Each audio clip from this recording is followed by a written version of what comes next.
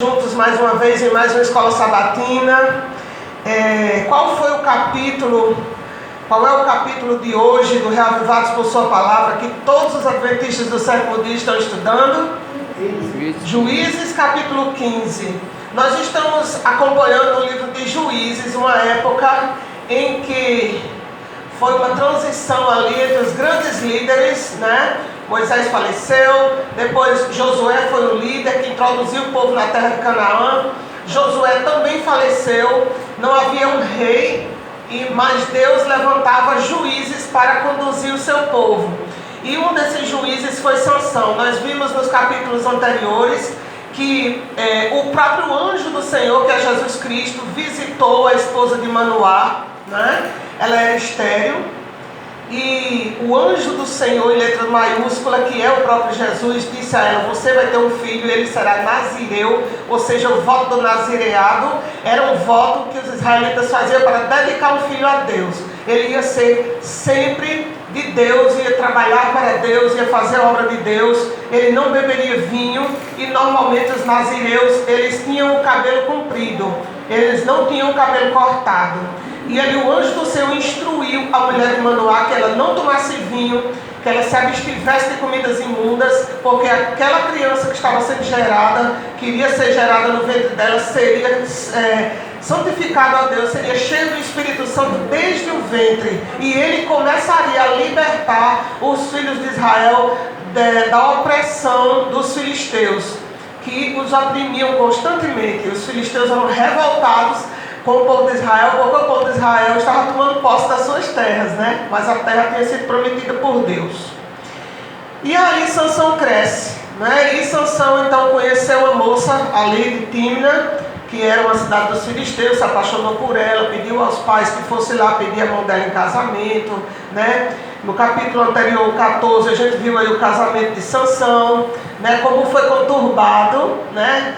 Ele contou aquele enigma que ele tinha certeza que ninguém sabia, porque ele não tinha dito nem aos pais dele, que ele matou um leão que saiu a seu encontro, né, com as suas próprias mãos, e dias depois ele encontrou na carcaça daquele leão um favo de mel. As abelhas tinham feito dentro daquela carcaça mel, e ele levou daquele mel, deu aos pais dele, mas não disse de onde tinha tirado.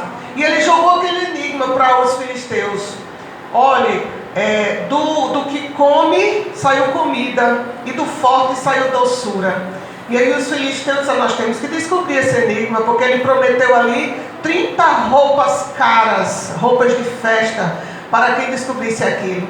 E eles conseguiram dominar ali a Filisteia, com quem ele estava se casando, e ela ficou pegando no pé dele durante os 7 dias de festa do casamento, até que ele disse, né? E os filisteus então disseram: o que é mais forte do que o leão, e o que é mais doce do que o mel, né?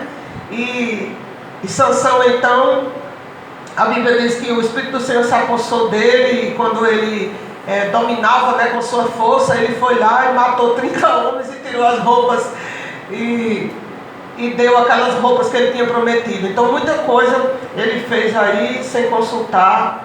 E aí isso vira essa história, uma história muito conturbada. Sansão, se ele tivesse sido um homem de oração, Deus tinha guiado Sansão para destruir completamente os filisteus, né?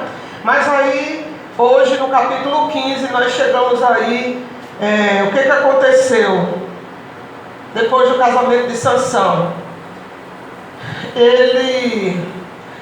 Depois que ele descobriu que a mulher dele tinha traído a sua confiança e dito aquele enigma para os filisteus, né?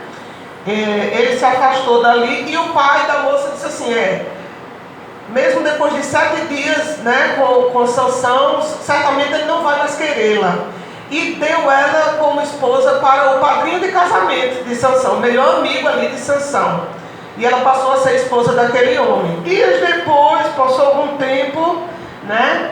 Sansão disse: eu vou atrás da minha mulher. Levou um cabrito de presente para ela, chegou lá e disse para o pai dela: eu quero entrar no quarto da minha mulher. Disse: não, eu pensei que você não gostava mais dela, porque ela traiu você, e dei ela para o seu amigo, para o padrinho de casamento que você teve. Ela agora é mulher desse cara. Aí ele pegou né? Aí ele se irou realmente, ficou com muito ódio. Ele disse: oh, ela tem uma irmã mais nova, é até mais bonita do que ela, fica com ela. Mas ele queria aquela, né? A Bíblia não diz o nome dela. E ali ele ficou com muita raiva e resolveu vingar-se dos filisteus. Agora pense como tinha raposa por ali, porque Sansão juntou 300 raposas, amarrou o rabo de uma no rabo de outra, fez 150 pares de raposas amarradas, tocou fogo nessas raposas e soltou nas roças dos filisteus.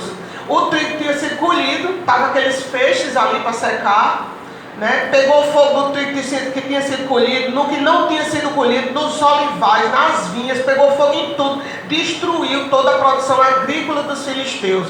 150 pares de raposa correndo desesperadas com o fogo queimando o rabo delas, e elas correndo ali dentro das searas, dentro das roças. Foi aquele destroço. E aí os filisteus disseram: agora nós vamos pegar a mão de Sansão. E ficou essa briga de gato e rato entre os filisteus e Sansão. Sansão se escondeu aqui numa caverna, e aí os filisteus foram atacar os homens de Judá, e os homens de Judá foram atrás de Sansão. Sansão se entregue, nós vimos aqui para amarrar você, então senão ele vai acabar com os filisteus, vão acabar conosco por sua causa. A Sansão diz: tudo bem, me amarre, me leve, vocês não vão me matar não, né? Ele disse: não vamos lhe matar. Aí ele foi amarrado lá, se entregou para os filisteus. Só que quando ele chegou perto dos filisteus, ele se soltou das cordas, né, com muita facilidade, como se fossem, né? E ali se soltou, fez um cântico de louvor, né? Deus deu a ele força novamente. Interessante que sempre diz que o Espírito do Senhor se apossava dele, e então ele tinha aquela força renovada, e ele encontrou uma queixada fresca de jumento, ou seja, que ainda estava ali em decomposição, o corpo do jumento, e com essa queixada ele matou 1000 homens.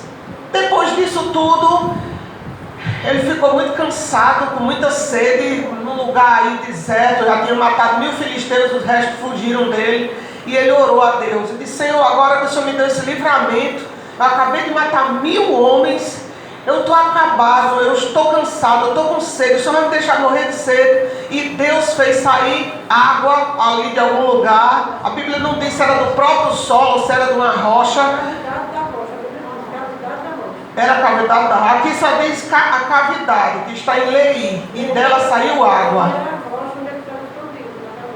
E aí saiu água de lá, e esse rio continua até hoje.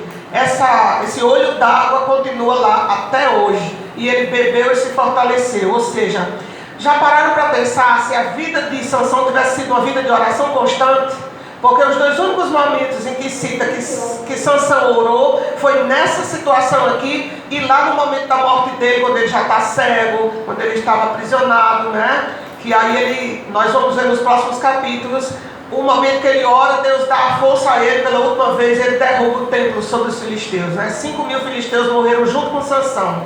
Então, se a vida de Sansão tivesse sido uma vida realmente consagrada a Deus, ele tinha orado mais, e talvez não tivesse caído naquela tentação de se envolver com mulheres filisteias, né? Com mulheres que não adoravam a Deus e que o levaram a